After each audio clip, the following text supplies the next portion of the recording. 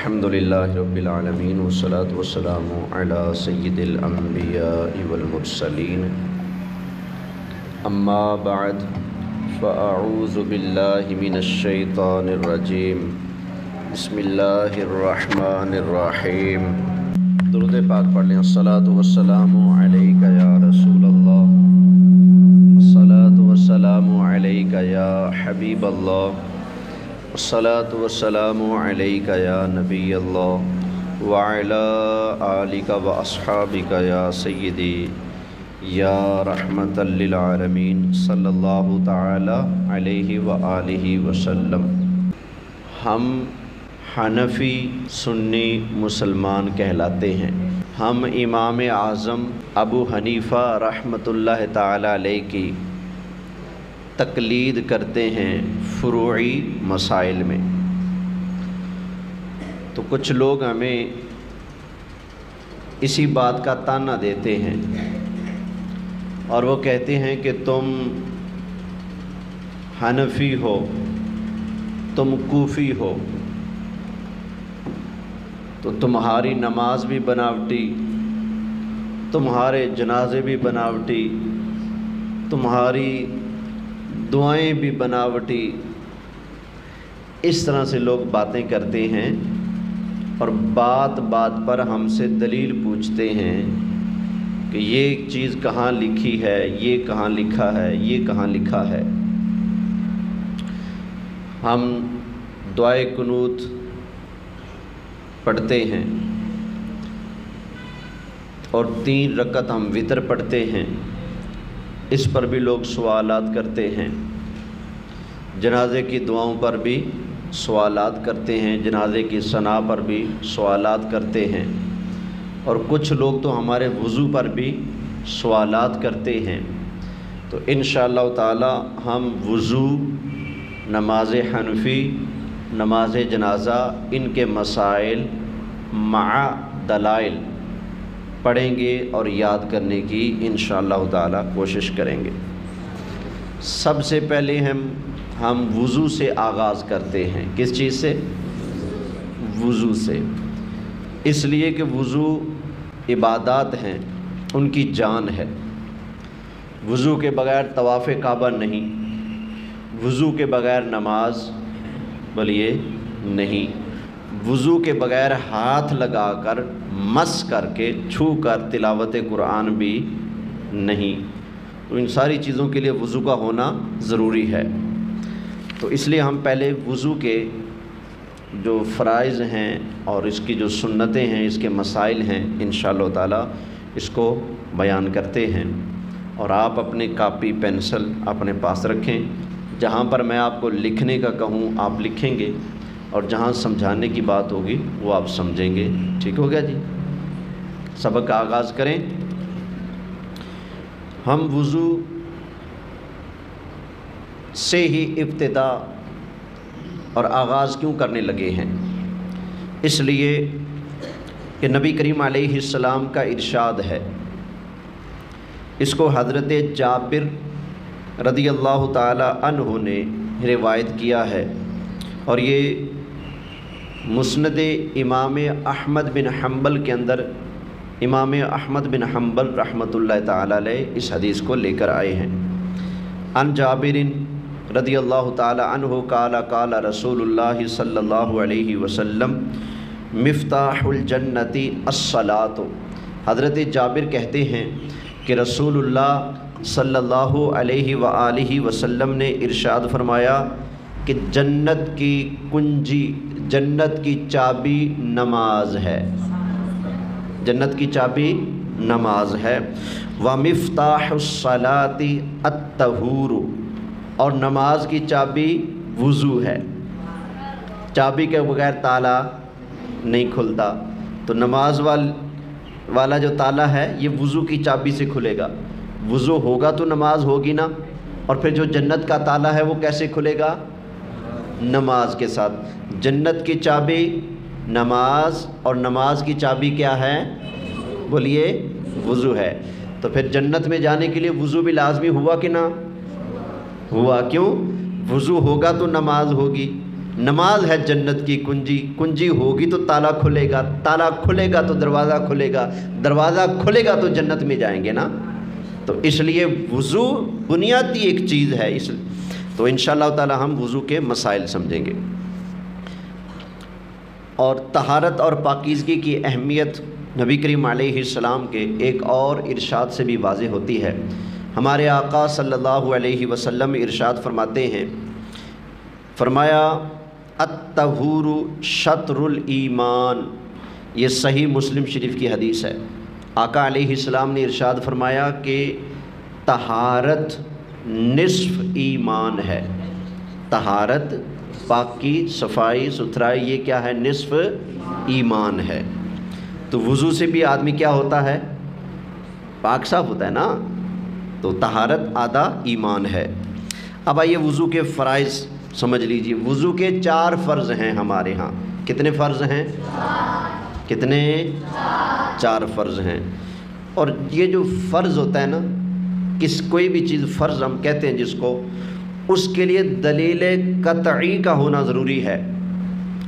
قطعی دلیل کے بغیر کسی چیز کو فرض نہیں کہہ سکتے، اس کے لیے دلیل قطعی چاہیے، پکی دلیل چاہیے۔ تو وضو کے 4 فرض دلیل قطعی سے ثابت ہیں۔ اللہ تعالیٰ ارشاد فرماتا ہے، یا ایھا الذین آمنوا اذا قمتم الی الصلاۃ، اے ایمان والو جب نماز کے لیے کھڑے ہوو، قمتم یعنی اے اردتم، یعنی جب تم نماز کا ارادہ کرنے لگو، نماز کے لیے کھڑے ہونے لگو تو کیا کرو؟ فرمایا فاغسلوا وجوہکم، یہ پہلا فرض ہو رہا ہے بیان۔ فاغسلوا، جو حافظ ہیں وہ تو بول رہے ہیں فاغسلوا وجوہکم، فرمایا کہ اپنے چہروں کو دھو لو، یہ پہلا فرض ہو گیا۔ دوسرا فرض فرمایا وَأَيْدِيَكُمْ إِلَى الْمَرَافِقِ،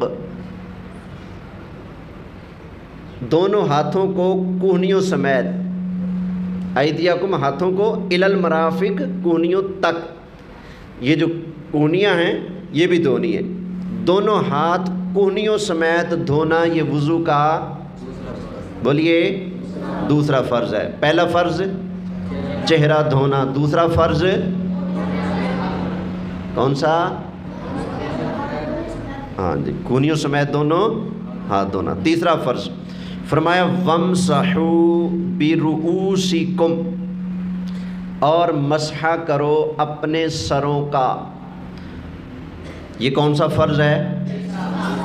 چوتھا فرض وَأَرْجُلَكُمْ إِلَى الْكَعْبَيْنِ، اور اپنے دونوں پاؤں کو ٹخنوں سمیت دھو لو۔ یہ وضو کے کتنے فرض بیان ہو گئے؟ یہ آپ آیت لکھ لیجئے، یاد ہے سب کو؟ لکھ لیں گے؟ 6 پارے میں ہے نا جی؟ آیت نمبر دیکھ لو بھائی قرآن پاک سے، یہاں پارہ نمبر 6 سورہ المائدہ آیت نمبر 6۔ اچھا یہاں پر ایک بات تھوڑی سی سمجھا دوں۔ چوتھا فرض ہمارے ہاں کون سا ہے؟ دونوں پاؤں دھونا ٹخنوں سمیت۔ تو یہاں پر شیعہ حضرات کہتے ہیں کہ نہیں، دھونے کا ذکر نہیں ہے، مسح کرنا ہے۔ کیا کرنا ہے؟ بولیے صحیح۔ یہاں پر اہل بیت طاہرین علیہ السلام کی جانب سے جو کعبین ہیں، ایک مسح کہاں تک ہونا، اس کی روایات کافی واضح ہیں۔ کعبین کس کو بولتے ہیں؟ ہمارے نزدیک کعبین اس کو نہیں کہا جاتا ہے، یہ جو 2 ہڈیاں ہیں یہ کعبین نہیں ہے، یہ کعبین نہیں ہے، کعبین یہ ہے، کعبین یہ حصہ، کعبین یہ پیر کا پشت ہے، یہ کعبین ہے۔ صف الکعبہ فی ظہر القدم، کعب کو امام علیہ السلام نے اس کو بیان کیا کہ کعب ظہر قدم کو بولتے ہیں، یعنی پیر کی پشت، پیر کی پشت، پیر کے دونوں طرف سے یہ ہڈیاں نکلی ہوئی ہیں، پیر کا جو مفصل ہے، جو جوائنٹ ہے، اس میں دونوں طرف ہڈیاں باہر نکلی ہوئی ہیں، وہ دونوں کعب ہیں آپ کے نزدیک۔ ہمارے نزدیک کعب نہیں، کعب پشت پا ہے، کعب پیر کا جو پشت ہے، اس کا جو اوپر والا حصہ ہے مفصل سے نیچے وہ ہے۔ یا دیکھیں، یہ اگر میرا پیر ہے، بعض علماء اسی طرح مس کرتے ہیں، یہ پیر رکھتے ہیں، ٹھیک ہے نا، یہ ہاتھ لے کے آیا، یہ پیر ہے، فرض کریں میں ادھر دکھاؤں، میں اپنا ہاتھ دکھاؤں، دیکھیں یہ میرا ہاتھ ہے، فرض کریں میرا کیا ہے، میرا پیر ہے، تو میں نے ہاتھ رکھ دیا انگلیوں سے، نکالا پشت تک، پھر میں نے کھینچ لیا یہاں تک، کھینچ لیا یہاں تک، ایک کعب کا میں نے مسح کیا، اور پھر اگلی پیر کا مسح کیا۔ بعض علماء احتیاط کے طور پر، نہ کہ وہ ان کے لیے واجب ہے، احتیاط کے طور پر کہ بھائی ہم کعبین تک، اگر لغت میں کعبین کچھ اور ہے تو احتیاط ہو جائے،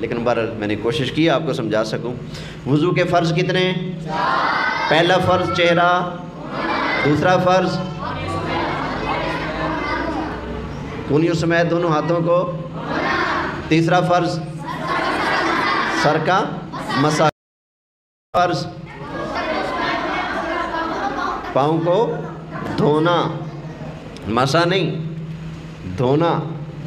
اگر یہاں پر مسح کا ذکر ہوتا تو یہ آیت یوں ہوتی، فَاغْسِلُوا وُجُوهَكُمْ وَأَيْدِيَكُمْ إِلَى الْمَرَافِقِ وَامْسَحُوا بِرُؤُوسِكُمْ وَأَرْجُلِكُمْ۔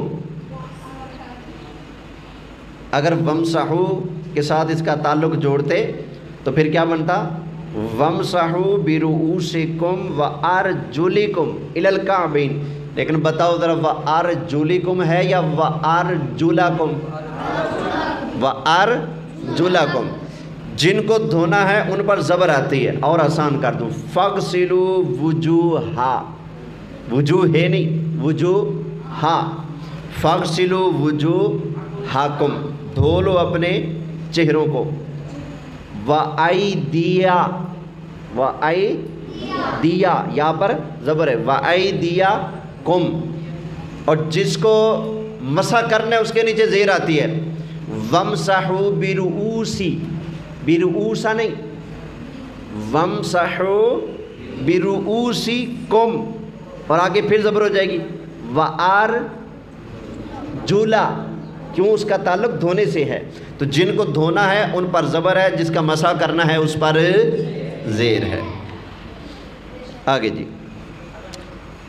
یہ تو وضو کے فرائض ہو گئے۔ اس کی دلیل کیا ہے؟ اللہ کا قرآن ہے، چھٹا پارہ ہے، سورہ مائدہ ہے، اور آیت نمبر 6 ہے، چھٹا پارہ آیت بھی 6، سورہ المائدہ۔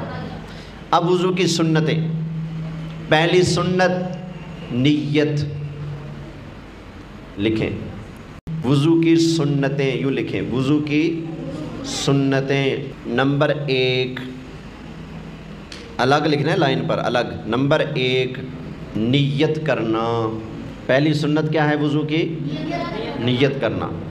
اب اس کی دلیل بھی لکھو، بخاری شریف کی سب سے پہلی حدیث ہے، نبی کریم صلی اللہ علیہ وآلہ وسلم نے ارشاد فرمایا، انما الاعمال بالنیات، بے شک اعمال کا دار و مدار نیتوں پر ہے۔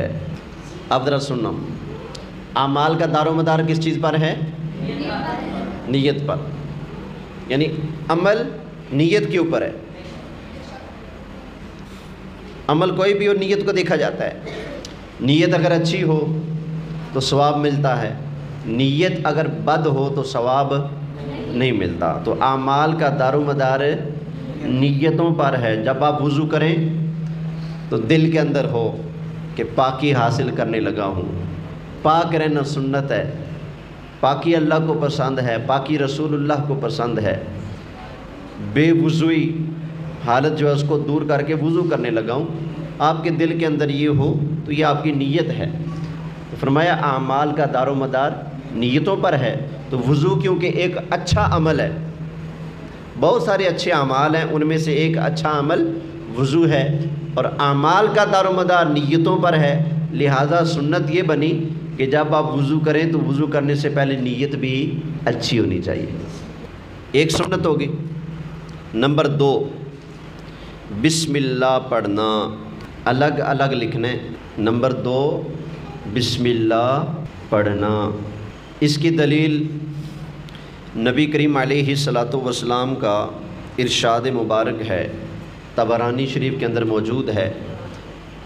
حضرت سیدنا ابو ہریرہ رضی اللہ تعالی عنہ روایت کرتے ہیں کہ رسول اللہ صلی اللہ علیہ وسلم نے ارشاد فرمایا، یا ابا ہریرہ اذا تودعت، فرمایا اے ابو ہریرہ جب تو وضو کرے تو فقل بسم اللہ والحمد للہ فإن حافظتک لا تبرح تکتب لک الحسنات حتی تحدث عن ذلک الوضو۔ نبی کریم علیہ السلام نے فرمایا اے ابو ہریرہ جب تو وضو کرے تو بسم اللہ اور الحمدللہ پڑھ لیا کر، تو تمہارے حفاظت کرنے والے فرشتے تمہارے لیے نیکیاں لکھتے رہیں گے جب تک تمہارا وضو ٹوٹ نہ جائے۔ لکھ لیا؟ یہ حدیث شریف طبرانی شریف کے اندر موجود ہے۔ ایک اور ترمذی شریف کی حدیث سن لیں۔ نبی کریم علیہ الصلاۃ والسلام نے ارشاد فرمایا، لا وضوء لمن لم یذکر اسم اللہ علیہ۔ نبی پاک صلی اللہ علیہ وسلم نے فرمایا، جس نے شروع میں بسم اللہ نہیں پڑھی اس کا وضو نہیں، جس نے شروع میں بسم اللہ نہیں پڑھی اس کا وضو نہیں ہوا، یعنی کہ اس کا وضو کامل نہیں۔ وضو کرنے پر جو پورا ثواب ملنا ہے وہ ثواب کم ہو جائے گا، لیکن جب آپ بسم اللہ الرحمن الرحیم پڑھ کر وضو کریں گے اور الحمدللہ بھی کہہ لیں گے تو وضو پر جتنا ثواب اللہ نے دینا ہے اللہ وہ سارا ثواب آپ کو دے گا۔ اس لیے جب بھی وضو کرو تو پہلے نیت اچھی کر لو اور اس کے بعد بسم اللہ الرحمن الرحیم بھی پڑھ لیا کرو۔ میرا خیال ہے آج کا درس یہاں پر ہی ختم کرتے ہیں۔ وما علیہ الا البلاغ المبین۔